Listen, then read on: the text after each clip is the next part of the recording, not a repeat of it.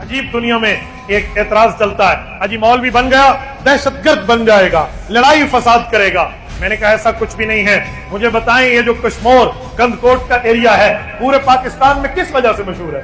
दुनिया में लोग रात यहां से गुजरता कोई नहीं है, तो ये सारे मौलवी हैं जिनके मामलात खराब हैं? वो तो कोई मुझे मौलवी नजर नहीं आता। मौलवी तो राजीनामा कराने वाला है, मौलवी तो दो की लड़ाई खत्म कराने वाला है, मौलवी तो सुलह कराने वाला है। आप किस बुनियाद पे कहते हो मौलवी दहशतगर्द है? मैंने कहा जी नहीं, मौलवी दयानतदार भी है, मौलवी अमानतदार भी। और आलिम ऐसे दयानतदार है, आज तक जमीयत उलमा इस्लाम आईन बनाने के वक्त से लेकर आज तक मुल्क की सियासत में मौजूद है।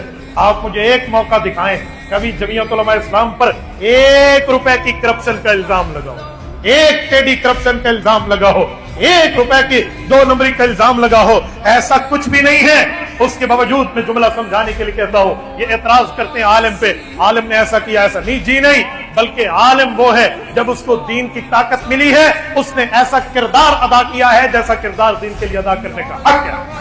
मैं 2 मौके आपको समझाता हूं। जब कादियानियों का मसला उठा था, मिर्जाइयों का मसला उठा था, तो उस वक्त मौलाना मुफ्ती महमूद रहमतुल्लाह की क़यादत में तमाम बरेलवी देवबंदी अहले हदीस उलमाए कराम ने मिलकर कौमी असम्बली में जनाब जुल्फ़िकार अली भुट्टो की हुकूमत के अंदर हुक्मरान वक्त से ये बात मनवाई थी कि कादियानियों को काफिर अक़लियत करार दिलाओ, कादियानियों को इस्लाम से बाहर लिखो कि जो नबी का नहीं है वो हमारा नहीं है, जो रसूल का नहीं है वो हमारा नहीं है, जो पैगंबर का नहीं है वो हमारा नहीं है। ये जमीयत उलमा इस्लाम की ताकत की बुनियाद पर है कि जिसने नबी की गुस्ताखी की है उसको इस्लाम से बाहर कानून बना।